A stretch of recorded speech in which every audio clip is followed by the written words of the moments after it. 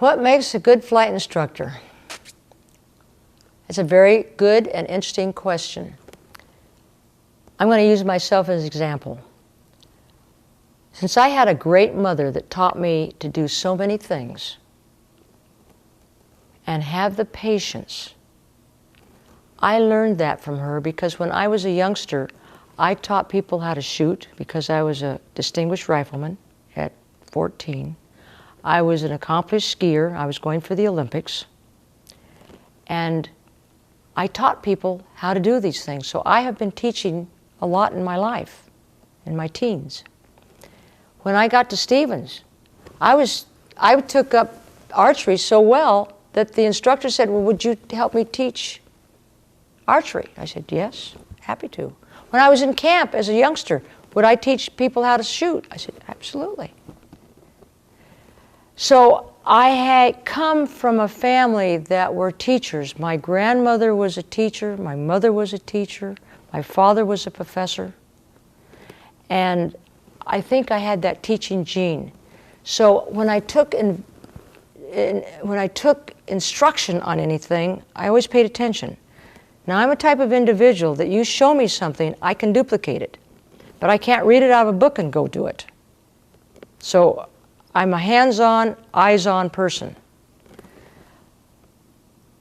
And I teach today, I've had good instructors and bad instructors. I teach today in a third grade mode. And I use language in a third grade mode. And I've had colonels that I've taught. I have had one general that I have taught at Fort Sill. And I use the same language with him. And he got right up to speed just like anybody else would. And I have a knack of teaching people right from the very beginning that they are on the controls, they're using the controls, and I am off of them. If I were to teach you to fly, you are the pilot in command, your very first time, and I will tell you what to do verbally, but I'm not pushing and pulling controls. You're doing it. You don't know what you're doing, or a student may not know what they're doing for the first 4 or 5 hours, but they're getting the feel. And it just breaks my heart when people come to me and say, Wally, I've got 10 hours and I've never touched the controls because the instructor didn't let them. He wanted to fly. So how do we tell good instructors and bad instructors? You don't.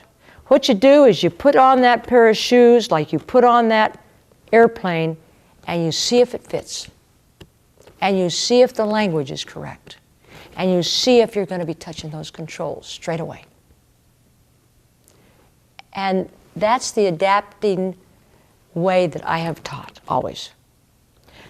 I have never raised my voice in the cockpit. I have never harmed anybody. I am a very touchy-feely person. And sometimes I'll say, need a little bit more right rudder or left rudder, whatever the case may be. And I've heard horror stories up there of people yelling and hitting, cussing.